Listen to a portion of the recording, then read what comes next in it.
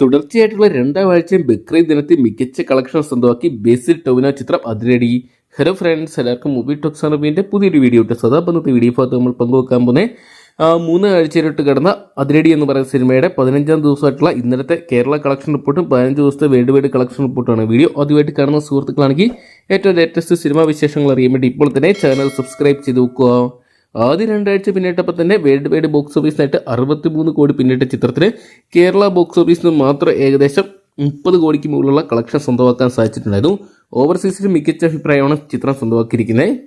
ടൊവിനോ, ബേസിൽ Joseph, Tovino Thomas, Vineeth Sreenivasan തുടങ്ങിയ കേന്ദ്ര കഥാപാത്രമാക്കി അരുൺ അനിരുദ്ധനാണ് ഈ ഒരു സിനിമ തിരക്കഥ എഴുതി സംവിധാനം ചെയ്തിരിക്കുന്നത്. ഇതൊക്കെയാണ് ചിത്രം തുടർച്ചയായിട്ടുള്ള 15ാം ദിവസമായിട്ടുള്ള 3 ആഴ്ചയിലും ഇന്നലെ കേരള ബോക്സ് ഓഫീസിൽ മികച്ച ഒരു കളക്ഷൻ തന്നെ സ്വന്തമാക്കി എന്ന് വേണം പറയാൻ.